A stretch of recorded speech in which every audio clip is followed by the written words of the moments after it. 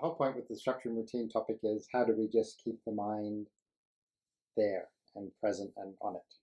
So if we're just kind of in distracted dead habits, we're just kind of not there, we're just kind of autopilot.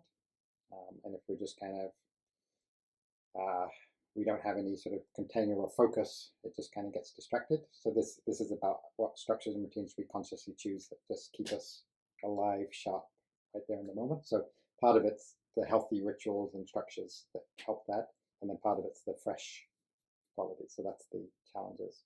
So this is game of 5. So when you're walking to the supermarket, when you're walking the sky routes, if you live here, you guys will be good at this afternoon, walking around the property. But if you're just walking to your local supermarket or school or something you do or drive, can you spot 5 new things? It's just a kind of fun game. It's amazing what you see when you look. I forgot if I said before, but I led a 8-week mindfulness course back in IBM in Brazil a few years back, and we were doing slow walking around the building. I was with 25, 30 people, and I said, do you mind walking out? I think everyone's gone home in the training center, and do you feel relaxed? They said, sure, we can do that. So we're walking around this big corridor, 30 of us doing slow walking, very slow walking like this, lifting, moving, placing, lifting, moving, placing. This is the speed. And then wasn't there 3 people in the reception area chatting? I was like, oh no, because I thought it would be deserted. And I was amazed because they were so sort of in their habits of just chatting and looking at the phones. They didn't notice 30 slow moving mindful walkers take about 10 minutes to go past them. I was like, hello, are you guys awake? And conversely, when my group got back to the room, I asked people how it was, and they said things like, I worked in this building for 20 years and I never noticed there's braille on all the doors. Mm-hmm. So it's like, wow, what a difference. Mm-hmm. So, nice. Okay, and then next slide. Yeah, so this is a book by our teachers, well, one of our teachers, Duncan. He's now known as Capel, but it's a beautiful book worth getting if you're interested. But in that, he talks about the challenges. So the challenges, exercise, keeping it fresh. So, once a week, do something that it's messing around with your habits. So if you brush your teeth with your right hand, brush your teeth with your left hand. It's small. If you have coffee first thing in the morning, have tea first thing in the morning. So you do something different every week, right? So it's just messing around with those every normal habitual patterns we have. Then monthly, just try something different. This messes around with your identity, right? And a little bit bigger. So it could be if you see yourself as a person who is extroverted, then you for a day decide to be extremely introverted. Or if you see yourself as a person who actually dresses sort of kind of conservatively, then you turn up at the dinner table wearing a flowery Hawaiian shirt and orange pants or something, right?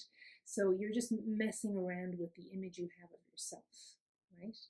And then the yearly challenge is to something that is just completely impossible, that you never ever would ever do. So for me, it was skydiving, right? Would be one.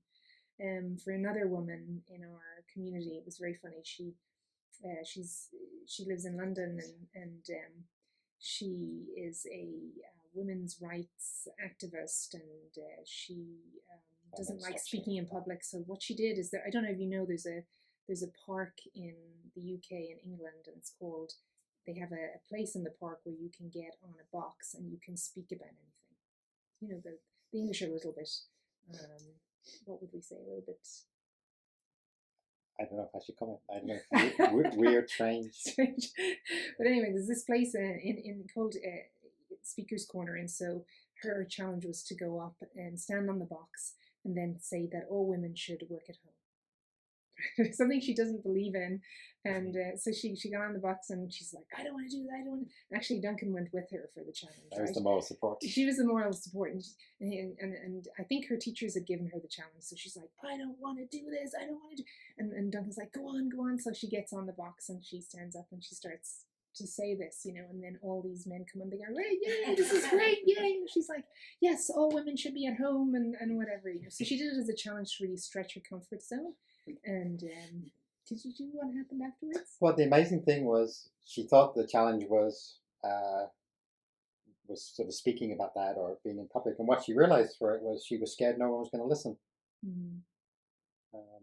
So she uncovered a whole fear she'd been carrying around that was holding back her voice, that was hindering her from actually finding a voice because she felt there was something in her people wouldn't listen to.